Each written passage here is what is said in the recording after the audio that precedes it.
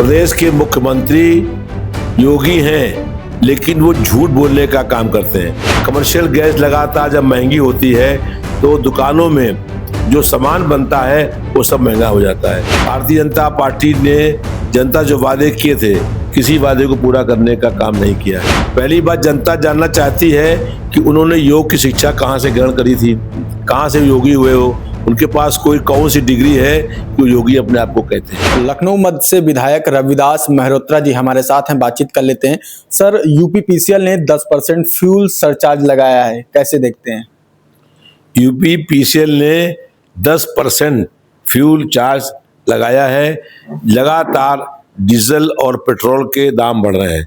जनता इससे बहुत अधिक परेशान है और बहुत अधिक लगातार महंगाई बढ़ रही है। जब दाम बढ़ते हैं डीजल के तो जो माल भाड़ा है वो बढ़ता है और दैनिक उपयोग की सब वस्तुओं के दाम बढ़ जाते हैं। डीजल के दाम बढ़ने से लगभग 25% महंगाई जो है बढ़ गई है। जनता त्राही त्राही कर रही है और लगातार महंगाई बढ़ रही है। जनता बहुत अधिक आक्रोशित है। बीते दिनों स्मार्ट मीटर भी लाया गया। इसके बाद जब आप लोगों ने विरोध किया तो उसको कैंसिल कर दिया गया। इस तरह के गर्मी के दिन में 10% फ्यूल चार्ज बढ़ाना कितना उचित है? सरकार ने बिजली के दामों में बेतहाशा वृद्धि करी है। बिजली के दाम बढ़ने के साथ साथ जो है कई गुना जो है प्रीपेड स्मार्ट मीटर में बिल आ रहे हैं, जो बहुत तेज भागते हैं। जितना बिल पहले आता था उससे 4 गुना अब बिल आ रहा है, जिसके विरोध में हम लोगों ने मध्यांचल जो विद्युत केंद्र है वहाँ उनका घेराव करने का काम किया। एमडी से वार्ता करी और वार्ता करने के बाद जो प्रीपेड जो मीटर लग रहे थे वो लगना बंद हो गए, लेकिन जो लग चुके थे वो अभी चल रहे हैं, जो बहुत तेज भाग रहे हैं। सरकार बिजली का दाम बढ़ा रही है और प्रीपेड मीटर लगा करके पहले ही बिजली इस्तेमाल करने से पहले ही उसका बिल ले रही है और कई गुना बिल ले रही है। उसके बावजूद जनता को बिजली नहीं मिल रही है।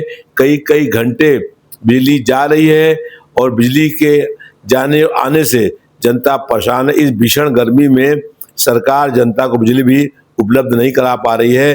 दाम बढ़ाने के बाद भी और 4 गुना पैसा लेने के बाद भी जनता को बिजली नहीं मिल रही है। बिजली का बहुत अधिक गंभीर संकट प्रदेश में है। उत्तर प्रदेश के मुख्यमंत्री योगी आदित्यनाथ कहते हैं कि पिछली सरकारों से भांति हमारी सरकार में बिजली ज्यादा है। पहले की सरकार में महिलाएं तारों में कपड़ा सुखाती थी। प्रदेश के मुख्यमंत्री योगी हैं, लेकिन वो झूठ बोलने का काम करते हैं। पहली बात, जनता जानना चाहती है कि उन्होंने योग की शिक्षा कहाँ से ग्रहण करी थी, कहाँ से योगी हुए हो, उनके पास कौन सी डिग्री है कि वो योगी अपने आप को कहते हैं। मुख्य बात यह है कि भाजपा की सरकार सारे मोर्चों पर फेल हो गई है। भारतीय जनता पार्टी ने जनता जो वादे किए थे, किसी वादे को पूरा करने का काम नहीं किया है और बिजली संकट बहुत अधिक गहरा है।